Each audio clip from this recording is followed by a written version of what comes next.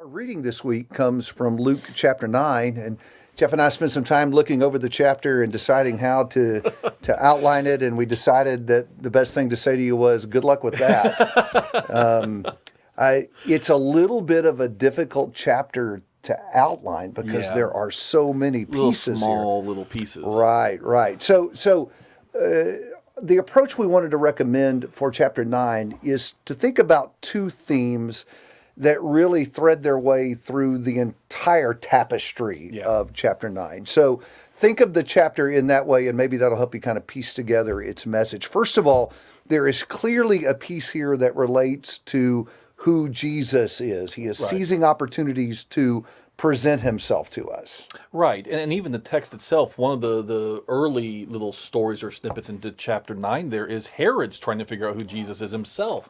And maybe a little bit of an ominous anticipation, thinks he might be John raised from the dead. Right. Which kind of, foreshadows what's going to happen to Jesus and how Jesus is going to overcome death himself. Kind of ominously looks towards Jesus' own death, which is about to be revealed in this chapter as well for the first time when Jesus makes it explicit. So everybody's still trying to figure out who Jesus is, and Jesus is still doing great things, like one of the greatest miracles, which is the feeding of the 5,000. It's a creation miracle. It's God making something out of nothing, so to speak, in the wilderness and providing for people.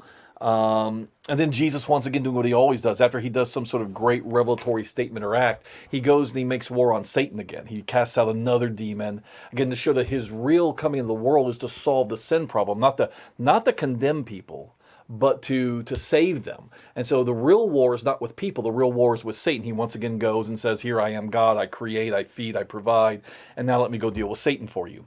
And then you have even those more overt pieces in here related to that, where in verse 18 he asks, who do people say that I am? Finally, let's actually talk about this explicitly. Yes, and then the transfiguration, which is that grand moment that demonstrates, for lack of a better way of saying it, his exalted status. So think about that idea all the way through the chapter. Jesus presented for who he is to us. And then the second piece that runs through here, and not unrelated, is this discipleship piece. And that is, what does it really mean to follow him? Because threading all the way through the chapter are these ideas about discipleship. That's right. And especially, that really becomes a theme that really begins to kind of become large through the rest of or the next big chunk of Luke as well. That verse 59 there in chapter 9, I think, is one of the turning points of the book, where having now kind of, done some more identity, who am I, doing some things, saying some things, and talking, to your point, talking explicitly with the disciples, who do you say that I am? And then foretelling the nature of his death, that he's going to go to Jerusalem, be crucified and raised on the third day. Now it's verse 51, and so he set his face to go to Jerusalem.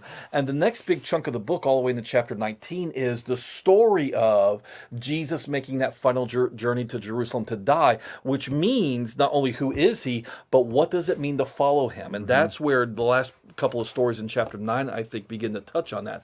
The disciples don't understand, again, that he's not here to destroy people, he's here to save them. They want to destroy the Samaritans. Jesus says, again, you don't get it. Let's take this power out for a drive and see what we can do with it. That's exactly right. And then that last little story in the chapter, verse 57, Jesus lays out what it means to follow him on this journey, literally and metaphorically.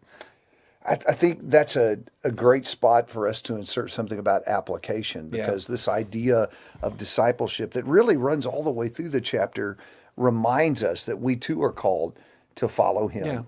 And it really does mean, I like that section at the end, where basically we're told, we deny everything. We leave everything behind so that we can take up our cross and follow him. And so maybe there's some thoughts to ponder about our own effort to walk with him as we read the chapter. Forgetting what lies behind. Yeah, that ties into our theme. That's exactly right. Forgetting what lies behind. So look for that as you read Luke chapter 9. We hope it'll be a profitable week of reading for you.